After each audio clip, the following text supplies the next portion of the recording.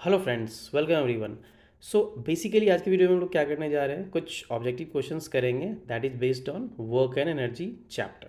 So let us start with question number first. First question कहता है which of the following statements are correct. So basically हमारा statement A है energy is the ability to do work. So yes, this is the definition of energy. Energy का definition यही होता है, energy is the ability to do work. So this is correct. B में चलते हैं, energy is a scalar quantity. Yes, ये भी सही है। बेसिकली दो क्वांटिटीज होते हैं, स्केलर क्वांटिटी, वेक्टर क्वांटिटी। तो स्केलर क्वांटिटी वैसा क्वांटिटी होता है जिसके पास सिर्फ मैग्नीट्यूड होता है, बट वेक्टर के पास मैग्नीट्यूड एंड डायरेक्शन दोनों होता है। सो एनर्जी के पास सिर्फ मैग्नीट्यूड होता है, दैट्स वाई ये स्केलर क्वांटिटी है। So B is also right. C में चलते हैं, the SI unit of energy and work are same. Yes, so energy और वर्क जो होता है वो हमेशा इंटर रिलेटेड होता है, क्योंकि जो अमाउंट ऑफ एनर्जी होता है वो हमेशा अमाउंट ऑफ वर्क के इक्वल होता है जब हम रिलीज करेंगे, राइट। सो बेसिकली अगर दोनों का अमाउंट सेम है तो दोनों का यूनिट भी सेम होगा। So the SI unit are same of energy and work both, and that is joule. Okay, so C भी सही है। डी में all of the statements are correct. Yes, all are correct. So हमारा answer क्या हो जाएगा, D, all of the statements are correct. Okay, moving to question number 2। या very easy question. 1 kilo joule is equal to dash joule. तो कितना joule होगा? ए में है 10, बी में 100, सी में 1000, डी में 10,000। So this is basically an easy question. You can say kilo, kilo का मतलब 1000, ऑलवेज रिमेंबर, ठीक है। So answer is C, 1 kilo joule is equal to 1000 joule. Okay okay, now these are some basic conversions. 1 kilo joule में 1000 joules, 1 hecto joule में 100 joules, और 1 Deka joule में 10 joules. तो ये बेसिक याद रखना। Okay, now moving ahead, question number 3। Okay, so question number 3 कहता है mechanical energy is the sum of. So basically एक मैकेनिकल एनर्जी होता है, अब वो क्या होता है ये हमसे पूछा जा रहा है। तो ए में है kinetic energy and potential energy का सम, बी में है chemical energy and light energy का सम, सी में है heat energy and electrical energy का सम, डी में है sound and nuclear. So basically इसका आंसर बहुत ईजी है, ए होगा kinetic energy and potential energy का सम को हम मैकेनिकल एनर्जी बोलते हैं। सो बेसिकली जो मैकेनिकल एनर्जी होता है वो होता क्या है, तो देखो यहाँ पे तो बता दिया हमने कि सम होता है काइनेटिक एनर्जी और पोटेंशियल एनर्जी का, बट बेसिकली मैं आपको एग्जांपल से समझाता हूँ। जैसे कि सपोज कोई कार जा रही है, ठीक है, और कोई कार जा रही है और कार के सामने एक, मान लो कि एक बैरिकेड रखा हुआ है, और कार ने क्या किया, बैरिकेड को तोड़ दिया। तो बैरिकेड तो अपनी जगह से हट जाएगा, तो वो जिस फोर्स से हटा वो फोर्स ही हमारा मैकेनिकल एनर्जी है, ठीक है। और पोटेंशियल क्या होगा, देखो। सो बेसिकली जैसे मान लो सपोज छत पे एक ब्रिक रखा हुआ है, और थोड़ी देर में क्या हो गया, वो ब्रिक नीचे की ओर गिर गया, तो किसी का सर फटेगा अगर किसी के सर पे गिरा तो बेसिकली वो जो उसका सर फटा जिस फोर्स से, वही फोर्स मैकेनिकल एनर्जी है। तो मैकेनिकल एनर्जी बेसिकली काइनेटिक और पोटेंशियल का सम है। Okay, so moving ahead. हाँ देखो, बेसिकली इतने टाइप्स ऑफ एनर्जी हैं, kinetic energy, potential energy, chemical energy, heat energy, light energy, sound energy, electrical energy, nuclear energy. तो अगर कोई पूछे कि कितने टाइप्स ऑफ एनर्जी होते हैं तो उसका नाम ये सब याद रखना, तो आप बोल सकते हो easily. Okay, now moving ahead to question number 4। Which of the following is not an example of kinetic energy. Yes, तो अब हमें बेसिकली काइनेटिक एनर्जी के बारे में स्टडी करना है। तो यहाँ पे पहले हम लोग ये समझते हैं कि काइनेटिक एनर्जी होता क्या है, ठीक है। तो काइनेटिक एनर्जी बेसिकली किसी भी बॉडी के अंदर जो एनर्जी होता है उसी को बोलते हैं, बट वो एनर्जी आता कहाँ से है, ड्यू टू इट्स मोशन। मतलब the energy of a body due to its motion is called kinetic energy. जैसे कि मान लो कि यहाँ पे देखो फर्स्ट ऑप्शन में क्या है, a moving cricket ball.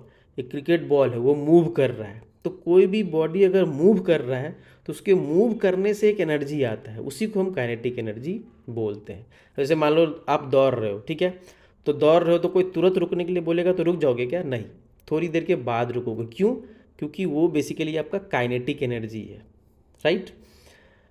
Okay, सो ए हमारा आंसर सही है। Moving cricket ball kinetic energy का एग्जांपल है। बी में देखते हैं, car moving at a velocity, moving, जैसे ही बात आया मूविंग, काइनेटिक एनर्जी का मतलब ही होता है मूव करते रहना, मूव करने से ही वो एनर्जी उसमें आता है। ओके, सो बी भी सही है। सी में है, अ लियोपार्ड चेसिंग डियर, हाँ यहाँ भी मूव कर रहा है लियोपार्ड डियर दोनों, तो यहाँ भी काइनेटिक एनर्जी होगा।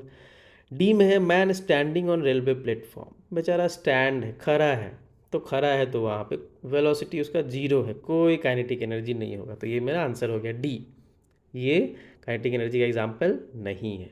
ठीक है, now moving to question number 5, the formula for kinetic energy. हाँ, काइनेटिक एनर्जी अगर है तो उसका निकालने कुछ ना कुछ फॉर्मूला भी होगा, वो फॉर्मूला क्या है देखो। सो पहला में है K E is equal to M G, K E मतलब काइनेटिक एनर्जी, बी में है एम भी, सी में half M B square, D में है two M B square. So इसका आंसर बिल्कुल सिंपल है, half M V square. Kinetic energy is equal to where M जो होता है वो मास ऑफ बॉडी होता है, और जो भी होता है वो किस वेलोसिटी से मूव कर रहा है वो होता है। ओके, तो यहाँ पे एक चीज़ ध्यान रखना है कि जो काइनेटिक एनर्जी होता है वो मास के डायरेक्टली प्रोपोर्शनल होता है। अगर मास बढ़ेगा तो काइनेटिक एनर्जी भी बढ़ेगा। मान लो एक छोटे से बच्चे को मैंने दौड़ा दिया और एक बड़े से थोड़ा मान लो वेल्दी हेल्दी पर्सन को दौड़ा दिया, काफ़ी हेल्दी है वो, तो जो बच्चे का काइनेटिक एनर्जी होगा और वो जो हेल्दी पर्सन का काइनेटिक एनर्जी होगा वो बच्चे का कम होगा और हेल्दी पर्सन का ज़्यादा, क्योंकि मास बढ़ गया। ठीक है, अब देखो दूसरा क्या होता है, काइनेटिक एनर्जी हो तो वेलोसिटी के स्क्वायर के भी प्रोपोर्शनल होता है। मान लो कि अगर हम वेलोसिटी बढ़ा देंगे तो हमारा काइनेटिक एनर्जी भी क्या होगा, बढ़ जाएगा। ये दो चीज़ ध्यान रखना है। Okay, now moving to question number 6, देखो उसी पे क्वेश्चन आ गया। If the velocity of a body is doubled, कोई एक बॉडी है वो दौड़ रहा है, उसका वेलोसिटी v है, ठीक है। अब मैंने क्या कर दिया, उसके वेलोसिटी को डबल्ड कर दिया, मतलब 2v कर दिया, तो उसका काइनेटिक एनर्जी क्या होगा, डबल, वो भी डबल हो जाएगा, या हाफ हो जाएगा, या 4 टाइम्स हो जाएगा, या 1/4 हो जाएगा। तो अभी मैंने आपको बताया जो वेलोसिटी जो होता है basically kinetic energy velocity square के प्रोपोर्शनल होता है। ठीक है, स्क्वायर, स्क्वायर मतलब यहाँ पे अगर वेलोसिटी डबल हुआ है तो 2 का स्क्वायर क्या होगा, 4, तो बेसिकली आंसर क्या हो जाएगा, 4 टाइम्स। ठीक है, लेकिन अगर यहाँ वेलोसिटी की जगह मास डबल्ड होता तो काइनेटिक एनर्जी भी डबल्ड हो जाता। ठीक है, लेकिन वो स्क्वायर के प्रोपोर्शनल है, इसलिए यहाँ पे 2 का स्क्वायर 4 हो गया, तो 4 टाइम्स हो गया। Clear? Okay, moving to question number 7, the energy of a body due to its position और change in shape is called. हाँ, अब देखो हम लोग दूसरे पार्ट पे मूव कर रहे हैं। ठीक है, तो यहाँ पे जो ये लाइन आप देख रहे हो ये बेसिकली पोटेंशियल एनर्जी का डिफिनीशन है। See here, answer is C, potential energy.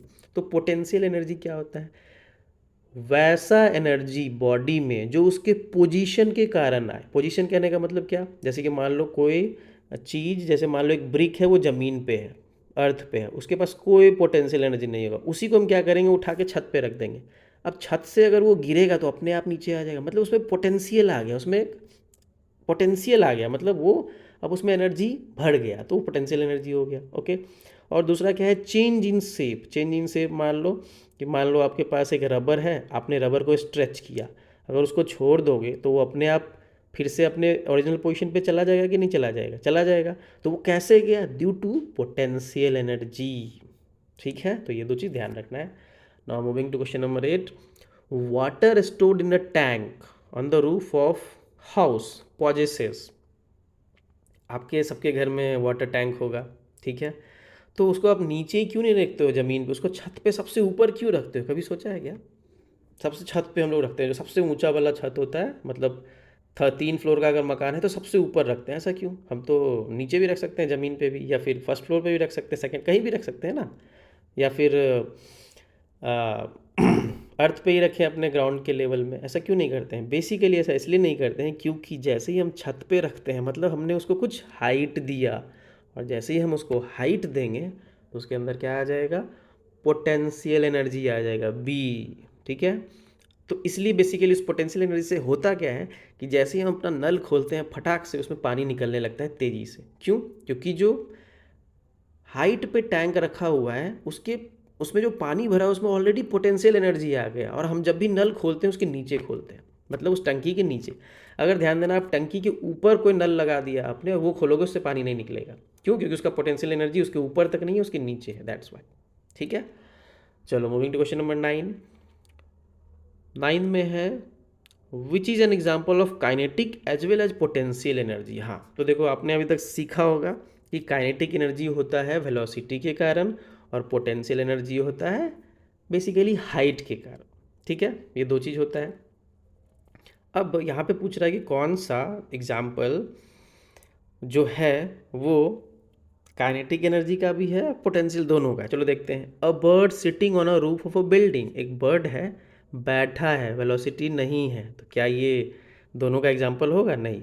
बैठा है लेकिन रूफ ऑफ अ बिल्डिंग मतलब उसके पास काइनेटिक एनर्जी है, कुछ हाइट पे बैठा है। ओके, बी देखते हैं। Man walks on a road, हाँ एक मैन है वॉक कर रहा है, वेलोसिटी है, काइनेटिक एनर्जी है, बट क्या वो हाइट पे है? नहीं, तो पोटेंशियल नहीं है, तो बी भी नहीं होगा। C a bird flying in the sky, yes देखो ए बर्ड है, फ्लाई भी कर रही है तो वेलोसिटी भी है, और कहाँ कर रही है? स्काई में, मतलब हाइट भी है। So this is our answer C. ये kinetic energy as well as potential energy दोनों का एग्जाम्पल है। और डी तो नहीं है। A brick lying on the ground, तो लाइंग है ग्राउंड पे तो कुछ भी नहीं है, ना मूव कर रहा है ना हाइट है, तो कुछ भी नहीं है। Okay, moving to last question. ये क्वेश्चन आप सभी लोगों के लिए है। ओके, बट इसमें मैं एक हिंट जरूर दूंगा। जैसे कि मैंने आपको काइनेटिक एनर्जी का एग्जाम फॉर्मूला बताया कि kinetic energy equal to half M B square होता है, सेम एज दैट इसका भी कुछ कोई फार्मूला होता है। तो हमें यहाँ पे क्या फाइंड करना है? Find the value of potential energy. Potential energy हमें फाइंड करना है जबकि मास दिया हुआ है 10 kg और हाइट दिया हुआ है 2.5 मीटर। ठीक है, तो पोटेंशियल एनर्जी कितना हो? तो पोटेंशियल एनर्जी का फॉर्मूला आप लिख सकते हो। Potential energy is equal to M multiply by G multiply by H, मतलब मास इंटू जी मतलब ग्रेविटी। ठीक है, एक्सेलरेशन ड्यू टू ग्रेविटी जो कि होता है 9.8। ओके, अब मीटर पर सेकेंड स्क्वायर, और यहाँ पे एच हाइट है 2.5 मीटर। तो आप आंसर बताओ कमेंट करके, कमेंट सेक्शन में कितना आंसर आ रहा है, देखते देखते किसका किसका सही होता है। Okay, so that's it for today. आज के लिए इतना है, will mean the next one. तब तक के लिए bye bye, take care, have a good day.